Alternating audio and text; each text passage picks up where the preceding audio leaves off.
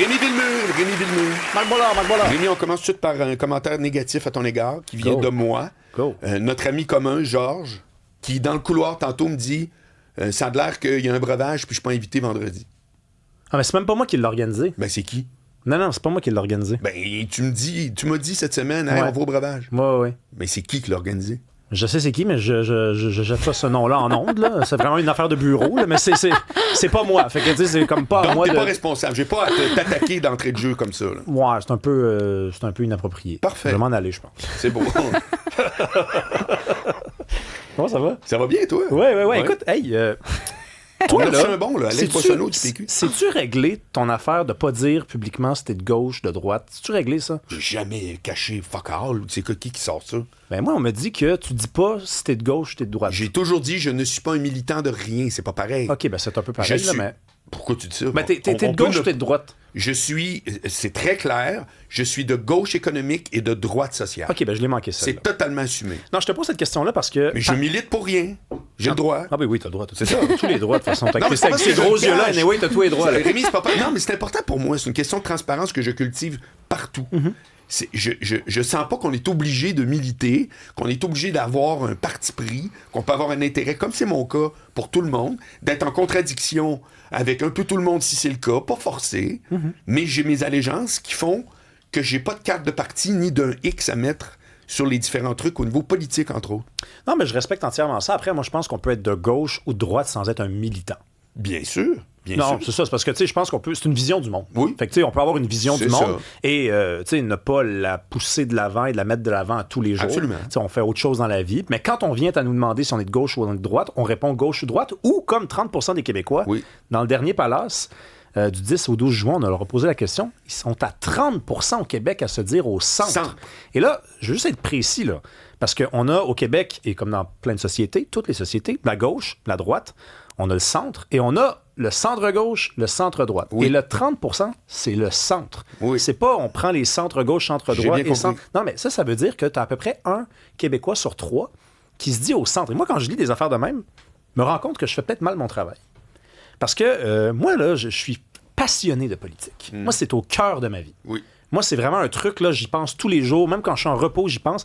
Et pour 30% des Québécois, c'est, écoute, ça doit pas être si important que ça, là, parce qu'on est au centre. Ça veut dire que, on voit qu'il y a des bonnes idées de tous les côtés.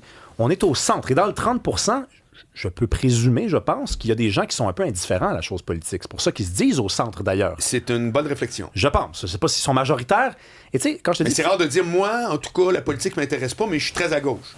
C'est un peu bizarre. C'est ça, exactement. Ouais. Donc, tu sais, si t'es au centre, c'est parce que, tu sais, c'est quasiment comme si tu voulais un petit peu te débarrasser de la question. C'est possible. Tu sais, regarde, je suis au centre. Arrêtez de m'écœurer, là. Okay, d'ailleurs, je suis en train de manger. Tu raccroches le téléphone quand on te sonde. Je me dis, moi, peut-être qu'il faut savoir à qui on parle quand on parle de politique. C'est ça, le Québec. Puis je suis pas en train de dire que c'est mal, là. C'est ça pareil. C'est ça. C'est le portrait de la situation. Oui. Il y a des bons côtés, puis il y a des mauvais côtés à avoir une société où tu as un habitant sur 3 qui est au centre. Les bons côtés, j'imagine, je présume que quand vient le temps d'élire un gouvernement, le gouvernement tient compte de ça. Ça, si on le sait, nous, là, ils savent eux. C'est peut-être moins frustrant pour les gens de gauche de savoir qu'il y a un gouvernement de centre et pour les gens de droite de savoir qu'il y a un gouvernement de centre si le gouvernement n'est pas de gauche ou de droite. On est d'accord. Tu sais, la CAQ, là, je sais qu'il y a des gens à gauche qui disent que c'est un gouvernement de droite. Moi, je connais du monde de droite qui disent que c'est un gouvernement de gauche. Très vrai. La vérité, c'est que pour être restés 8 ans au pouvoir, ils étaient au centre. Ils n'étaient pas à gauche ni à droite. Là. Je veux dire, ils ont gonflé la fonction publique, c'est une idée de gauche. Ils ont donné de l'argent à des entreprises étrangères, c'est une idée de droite. Oui. D'accord? On pourrait parler de l'aide médicale à mourir si on voulait parler d'une gauche et d'une droite qui ne sont pas économiques. C'est un programme, à mon avis, qui est de gauche. C'est le libéralisme. Devenu fou pour moi. C'est de donner toutes les libertés à tout le monde, y compris celle-là. C'est un gouvernement de centre. C'est comme ça qu'ils ont été au pouvoir pendant 8 ans. Le désavantage, quand tu as des gouvernements de centre, c'est que en fin de compte, les gens de gauche et les gens de droite sont déçus. Leurs idées ne sont pas mises de l'avant. Les idées de la droite, c'est pour ça qu'Éric Duhaime existe. Là. Éric Duhaime, il dit, hey, cet homme-là, François Legault, a dit, je clignote à droite, il a viré à gauche. C'est son slogan. Il le répète depuis 4 ans. Il dit, moi, je suis un gars de droite. Moi, je suis un gars de droite. Moi, j'ai des idées de droite. Et puis la CAQ ne les met pas de l'avant. Même chose pour les gens de gauche. Ils disent, nous, on a des idées de gauche. Et la CAQ ne les met pas de l'avant. Le désavantage, c'est qu'il n'y a jamais quelqu'un qui en a pour son argent. C'est ça la vérité. C'est qu'on peut pas dire dans l'histoire du Québec, la gauche était au pouvoir. Et voici ce qu'ils ont fait. Non, la gauche n'a jamais été au pouvoir. Il y a toujours eu centre-gauche, ou le centre. Même chose pour la droite. On peut pas tester les idées de droite. On peut pas dire, regarde, il y a eu une période dans l'histoire du Québec, c'était la droite qui était au pouvoir. Mm-hmm. Mais est-ce que ton analyse, c'est que ce serait mieux qu'on le teste pour pouvoir après ça s'ajuster puis comprendre comme société où on veut aller puis qu'est-ce qu'on veut plus faire? Moi, je pense pas que c'est une question d'ajustement. Je pense que s'il y a des gens qui sont à gauche puis il y a des gens qui sont à droite, ça serait bon à un moment donné qu'il y a des gouvernements de gauche puis il y a des gouvernements de droite qui mettent de l'avant des politiques. De toute façon, 4 ans plus tard, il y a ce qui s'appelle une élection. Puis si les gens ont été déçus, tu corriges la situation du point de vue de celui qui est déçu par les politiques publiques. Dans un monde où c'est toujours des gouvernements de centre, on est un petit peu condamné à ne rien voir avancer. Tout va lentement. Ça fait au moins partie des explications de pourquoi c'est lent. Et c'est pas satisfaisant. Quand tu es au centre, c'est la chanson de Robert Charlebois, on est tout écartillé. Oui. On a la jambe là, puis il n'y a rien qui avance vraiment. Tu es stallé là, en fait. Tu essaies de plaire à tout le monde, et il n'y a rien qui avance. Il n'y a comme pas de vision du monde. Une vraie vision du monde qui a droit à 4 ans d'exercice et de pensée et de politique publique, et toute la fonction publique au service de cette idée-là. En même temps, c'est pas ça qu'on veut. On est 30% à vouloir que ça fonctionne comme ça. Fait que je veux juste rappeler aux gens que ça peut peut-être expliquer pourquoi rien n'avance. Et c'est de notre faute collectivement. Parce qu'on ne veut pas donner la chance à une idée ou à une autre. Mais mettons là, ce 30%-là qui se dit au centre, est-ce que tu penses qu'il y a une majorité qui fait partie des gens qui vont juste pas voter à cause de ça? Ben écoute, en tout cas, le taux de participation aux élections laisse croire qu'il y a beaucoup de gens qui vont pas voter. Il y a peut-être des gens... Un tiers à donner aux élections. C'est peut-être ceux qui sont au centre. C'est énorme, c'est énorme. Mais je veux quand même te relancer sur une chose, parce qu'on dit souvent que quelqu'un qui se dit au centre, c'est quelqu'un qui est à droite, mais qui s'assume pas. T'es jamais au centre parce que t'as un côté gauchiste.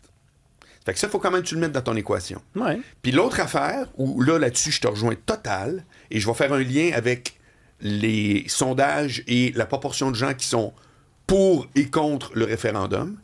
Quand je demande tantôt, j'ai demandé à Alex Boissonneau pourquoi c'est 70-30. À la blague, il racontait tous ses arguments, puis j'ai fait « Ah ben oui, c'est implacable ce que vous me dites, M. Boissonneau, parce que comment fait foi les sondages où 70% disent qu'ils vont voter oui. Ah mon Dieu, je me suis trompé, tu sais. » Fait que je l'ai fait rire avec ça, mais c'est ça pareil.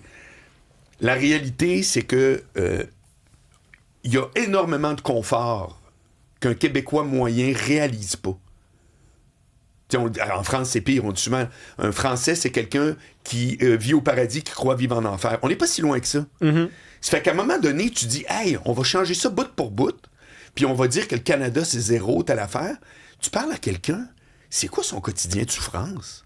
Ben, tu marques un point, là. Tu comprends? Ouais, absolument. C'est quoi son point? Non, mais tu marques alors, un point. lui, il est au centre. Ben oui. Pourquoi il serait à gauche? C'est quoi le combat? Ben c'est vrai que des fois, on invente des grosses situations puis des grosses souffrances. Puis la vérité, c'est qu'il suffit de voyager un peu pour constater que c'est pas exactement la même chose. Moi, ce qui m'a surpris, par contre, Marc, puis on va peut-être se laisser là-dessus, oui. Mais dans le Palace, ça dit que 19% des gens sondés se disent à gauche. Puis là, je regarde... Je veux dire, le soutien à Québec solidaire depuis 1 an et demi qui est à 8-9, je comprends pas. Ben, c'est une question de représentativité. À un moment donné, tu peux être à gauche, mais tu ne tripes pas sur Québec solidaire dans son ADN ou fait sur... que tu dis que t'es centre-gauche quand t'arrive le temps de voter? Peut-être, effectivement. Oui. C'est peut-être ça. Oui. C'est la même dynamique que je suis péquiste à mort, mais je vote non. Moi, je pense... C'est un peu weird. Ouais, mais ça s'explique peut-être d'une autre façon. C'est peut-être que quand tu te fais appeler puis tu te fais dire t'es-tu de gauche, t'es-tu de droite, c'est un petit peu comme quand tu te le fais demander dans un souper où tu connais personne, t'es mieux de répondre à gauche. Tu sais, ça passe mieux. C'est vrai. T'as moins besoin de t'expliquer. C'est très vrai. Quand vient le temps de voter, par contre, là, c'est là que tu te demandes si c'est une si bonne idée que ça, voter à gauche. Merci, Rémi.